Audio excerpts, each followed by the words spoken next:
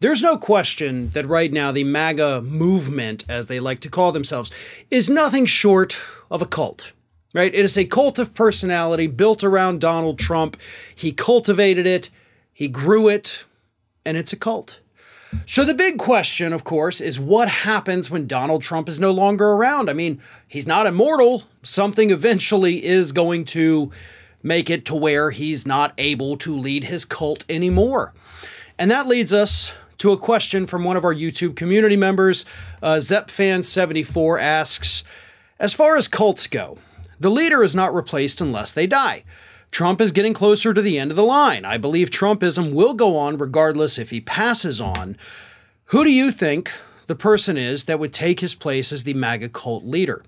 My bets would be on DeSantis or Marjorie Taylor Green. Also, do you think there would be infighting within the cult on who to appoint as the new leader? The cult itself does not continue to survive after the leader leaves. What happens at that point is you do have a lot of infighting. You will end up with different factions, different individuals fighting to take over. You will probably have Marjorie Taylor Green trying to carry on that banner, possibly Matt Gaetz. You mentioned DeSantis. I don't think at that point he's going to be a player anymore. I mean, literally, I do not think he will be in politics anymore by the time that happens. He is term limited as Florida governor. We've got 2 Republicans holding our Senate seats, so it's unlikely that he is going to be able to primary one of them. So when he leaves as governor, he's kind of out of politics, which is why, by the way, 2024 is his really only shot to be president. Having said that, you do end up with the people, like I said, Matt Gaetz, who is considering running for Florida's governor, Marjorie Taylor Green, who is in a safe district and loves to appeal to the MAGA freaks so she can, garner that. Jim Jordan could. Gosar could. Ted Cruz is probably going to try to scoop some of them up. But none of those people is going to get all of them because they do not have the combination of traits that Donald Trump has. And that's a thing that I think a lot of people overlook with the Trump cult. It's not just, hey, we're very conservative. This guy's very conservative. We like you. It's everything about him. It's the money. It's the bullying. It's the attitude. It's the arrogance. It's the ego. It's the power. It's the wife. It's all of it combined. So you will have individuals that have some of those traits, but you'll never find another person that has all of those traits all together.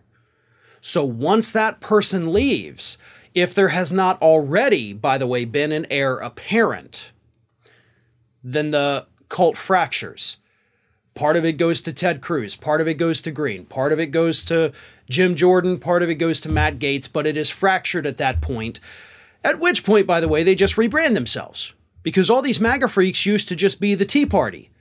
And now they're MAGA, and they'll move on. They'll call themselves something else. But I mentioned, by the way, the heir apparent. So if Donald Trump gets to the point where his health starts failing and he knows that, and he goes out there and pushes somebody else as the next leader, there is a chance that that individual takes most, not all, of the following and keeps it alive enough to continue going. I don't think that'll happen. Donald Trump will never relinquish power, will never tell his people to follow somebody else instead of him. Even if he were on his deathbed, he wouldn't do that. So I think that once Trump leaves, that MAGA cult not only fractures, but some of the people will wake up and leave it all together. Hey everyone, this is Aspen.